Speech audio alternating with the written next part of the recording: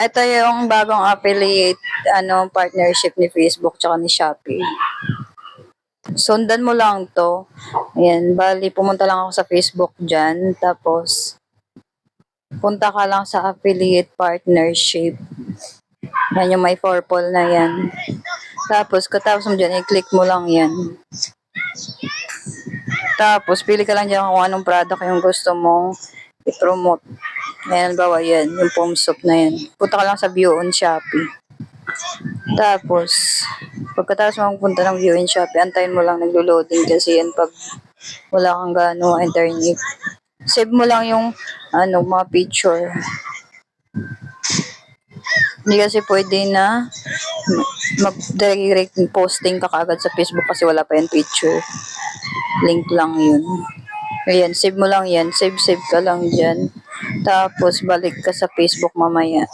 Yan, kahit ilan yung i-save mo dyan na picture for posting. Tapos mo mag-save dyan. Yan, save lang. Medyo matagal nga lang kasi nag-loading. Hindi ko na pinas-forward nga yan. Kasi nga, mag-iiba na naman yung edit ko. Yan, sinave ko lang lahat yan. Tapos ko i-save yan. Yan, kailangan lang dito mahaba pasensya mo hangas. Ayan, kailangan mo lang talaga mahabang pasensya. Yan, tapos ko lang yan mag-save. Balik lang ako doon sa Facebook ko.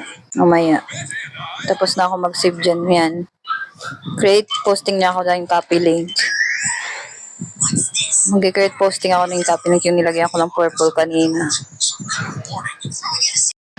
Ayan, bali pumunta na ako dyan sa add new post. O pwede naman sa reels din.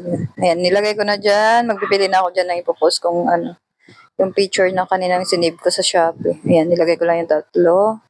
Saan yung add new post na. Katapos, ayan, sundan nyo lang yan, mabi. Dito mo nilagay yung caption ng product mo, ba, foam soap wipes, yung 5 packs. Sulat mo lang dyan, caption mo. Tapos ilalagay mo yung link kanina doon sa baba. Yung kinapi link mo, kasi di na pwede dyan maglagay ng link, alam ko sa caption. Bawal na. Hindi na inaalaw ni Facebook. Yun ang pagkakaalam ko. Bakit pag yun, ang tagal nito? Pala pinas-forward ko na to. Yan, nilagay ko na dyan yung 5 packs foam soap. Wait nyo lang, medyo natagalan ako mag-edit. Di ko na pass forward. Pasensya na mga bish. Tapos nyan, ayan, punta ka lang dyan sa kabila, sa likod. Monetization. Yung may purple kanina, earn money on your content. Ayan, edit product links. Lagay mo dyan yung link mo. Then, nag-loading. Ayan, lagay mo yung create custom link. Tapos yung save. May mga purple na yan. Kailangan naka-enable dyan na. Check mo lang yan mamaya. Makikita mo naman yan dyan siya mamaya. Medyo matagal lang. Ayan.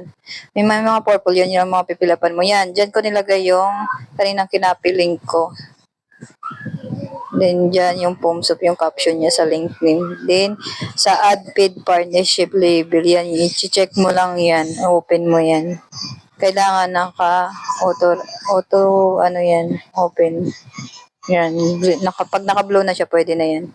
Then, save. Tapos, balik ka ulit dun sa post mo. Yan. Tapos, yan na. Balik ka ulit dun. Ayan, balik-balik lang yung arrow na yun. Nagkiklik-klik. Yan. Yan, makikita mo dyan, nakaposting na yan. Ito, yan, nag-loading na siya.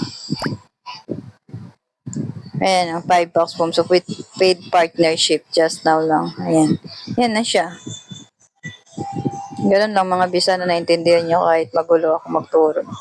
Yan, nakita mo na yung shop now. Ayan, pwede mo na ilagay dyan yung link ulit. Tapos, magda-direct na yun kay Shopee, yung buyer mo. Then, may, na, commission. Kung, okay na yung payment settings mo po.